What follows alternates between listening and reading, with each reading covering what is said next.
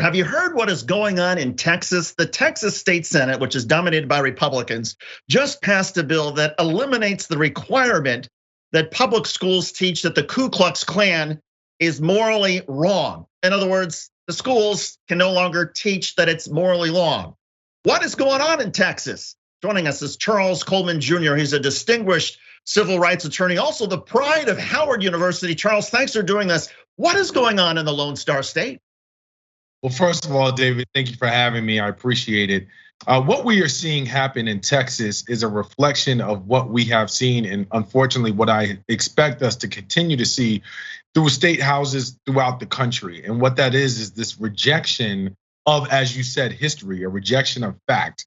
This is rooted in the critical race theory boogeyman, where people have decided that instead of having honest conversations about America's history, we would rather whitewash or whitesplain, and yes, there is an intentional pun in doing that, the sordid legacy of America's missteps as it relates to race, culture, and people of different ethnic backgrounds.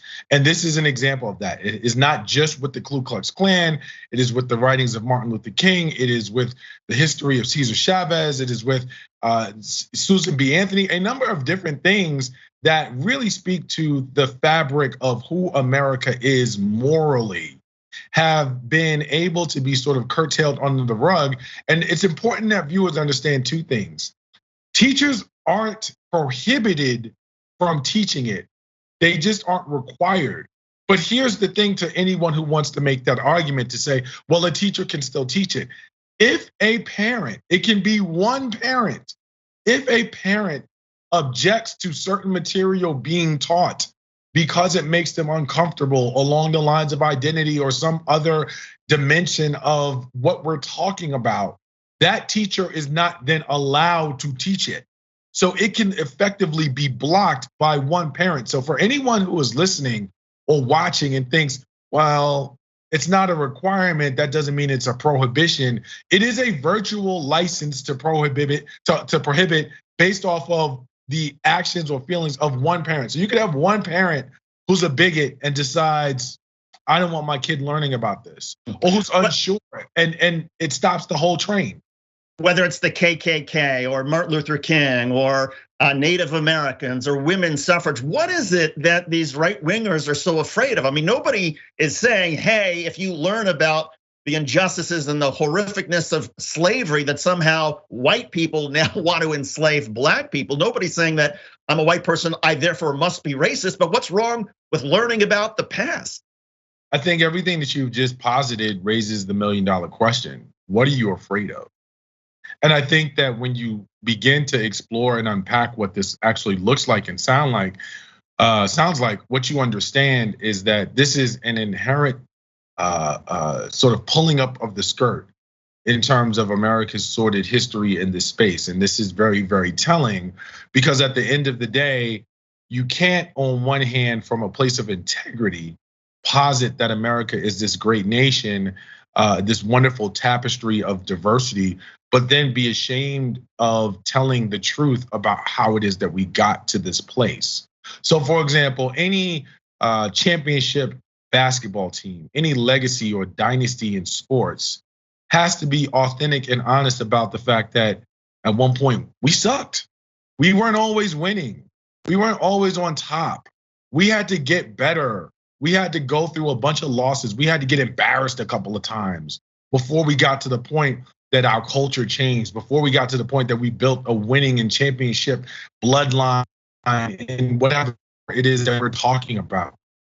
That is not something that America, particularly on the right, has really mastered. We want to sort of say, well, America has come out of this diversity, or this adversity, and these sort of periods of moral turpitude without actually going into what they were, without actually talking about it. And so for me, from an integrity standpoint, it raises the question of, do you realize that you're telling on yourself? Because that's what you're doing. You're basically saying that, because for me, if you really are as great and are as amazing as you posit to the rest of the world and to yourselves, you can be honest about the history there.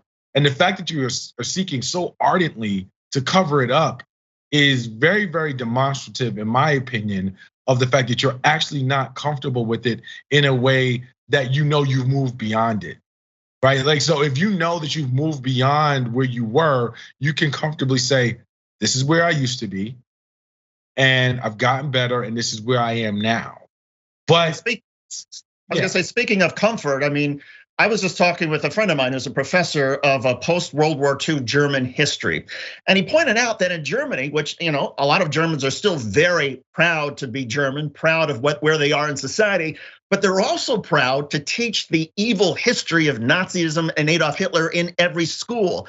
And they see it as being compatible, that because they're taking ownership for what their ancestors did, that enables them to be more proud of where they are now. Why is it that in America, we can't go in that direction? Well, I think part of it is, some people just aren't comfortable accepting that times are changed and they truly are different. I think people are much more comfortable in a space where this is performative in nature and not in actuality. And the more that you talk about this, it poses the question of, well, what are you actually going to do? A year ago, we saw, David, a huge racial reckoning across the country in the wake of Breonna Taylor and George Floyd and a number of different acts of violence committed by police against citizens. And there was this huge conversation about where we wanted to go as a country. A lot of people were in that conversation because they felt like if they weren't at the time, they were gonna catch flack, but they weren't really actually invested. Conversations like the ones we're having around critical race theory, around teaching the truth about American history, what they do is they push people in spaces where they have to actually do something. And that's uncomfortable for a lot of folks who would rather stay and sit back and enjoy their privilege. And so a lot of what you're seeing is the resistance to change or actual acknowledgement of change by people who have been comfortable floating by and resting in being performative allies, if that at all.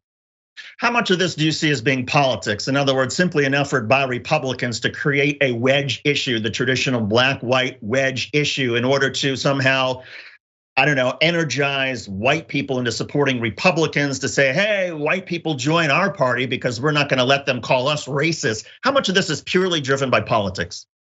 I think there's a significant portion of it that comes from a revamped Southern strategy.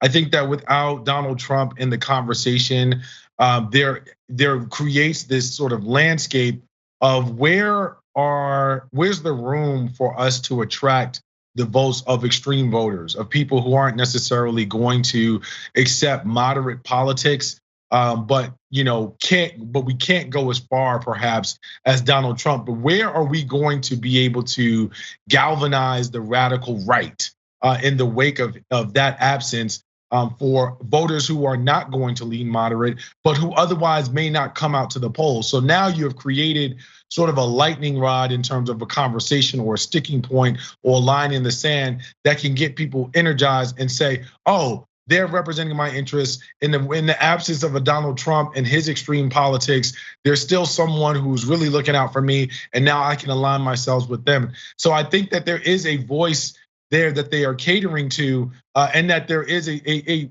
pretty fair amount of politics that's driving this movement across the country to basically create an issue when there should not be an issue.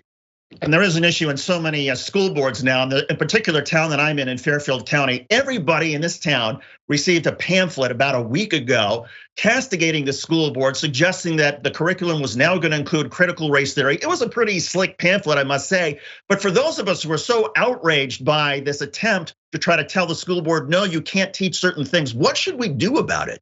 What can we do about it?